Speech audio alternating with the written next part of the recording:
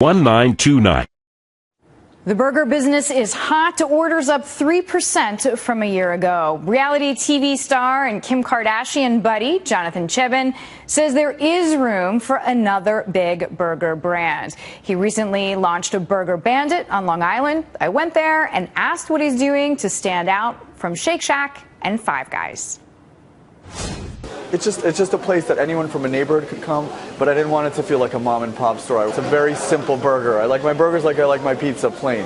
Okay, like your pizza, plain. Now, are they like sliders? You know, that's a big misconception because they are smaller. The tagline is it's bigger than a slider, smaller than a burger. And the problem I've been having is, like, you know, sliders anywhere you go to events and stuff, they give you these sliders and they're so small and the meat is so tiny that it's like a rock.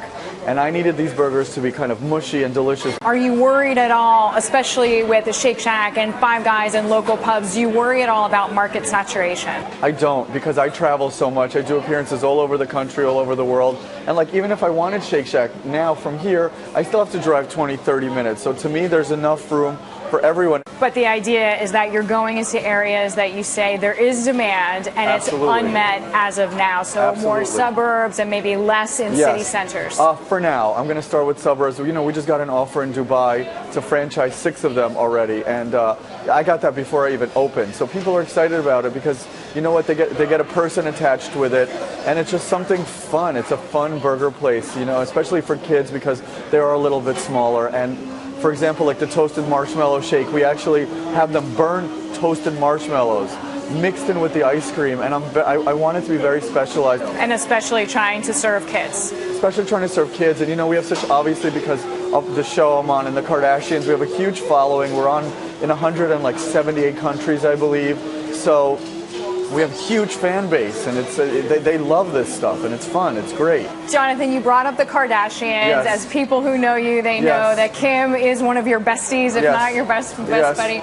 So sometimes their branding gets shout-outs, credibility, marketing. If you look at her tech savvy, her game is doing amazing. It's a monster. But on the flip side, she also has a lot of critics. Right. What does this mean for your brand to be associated with Right. it? Well, as many critics as she has, there's the other half the world that when she goes to Dubai, they have to shut down the mall because 30,000 people come and they scream for her, or anywhere she goes in the world. And I want those 30,000. The other critics, I'm not worried about. Kim works so hard. She wakes up 5 in the morning every day, and her schedule is nonstop and it's booked. And people don't understand how hard it is actually to film a show 16 hours a day. It's draining. Plus, you know, now she's got a baby and a husband. It's a whole thing. So, Jonathan, you mentioned Kim's husband, Kanye West. Yes. You have said you're the KanyeEst of food. Yes, I am. Why did you give that particular shout out to him? How does it apply to a restaurant Well, you know what? context? Kanye is a genius, and you know, I'm so lucky that I've gotten to spend so much time with him. Like, if people actually understood how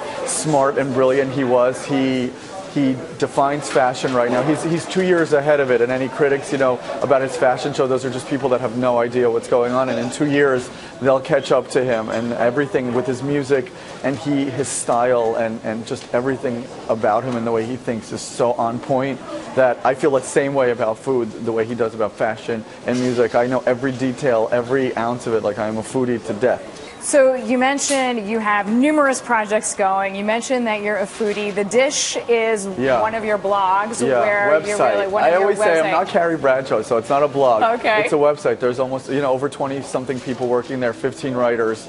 So it's becoming it's a full website. And that has 170 countries represented, right? It's just a monster. We're 4 or 5 months old. There's 7 million uniques on it, and it's a cross between entertainment, lifestyle, and now we're starting video where I will actually go to other hot restaurants, tell you what is the best thing to order, where's the best place to sit. How did you fit all of these pieces together? I basically, you know, my whole theory on building brands is staying relevant. I did PR for 10 years, but I was so lucky with the opportunity to have my own show, The Spin Crowd on E, and obviously to be on the Kardashians now for 7 years. You know, someone else could have just stayed and done PR and continued their path, and I in my head. So it sounds like you're saying be open and take risks and keep trying new things. Trying new things, and you just have to stay relevant with the new businesses, and you have to, because I brought this business back that I was going to start 15 years ago, and it is a risk right now to open a business. You know, with the economy, everybody's scared to open up. These cost a lot of money to open up, way more than I thought when I was going to do it out of college. So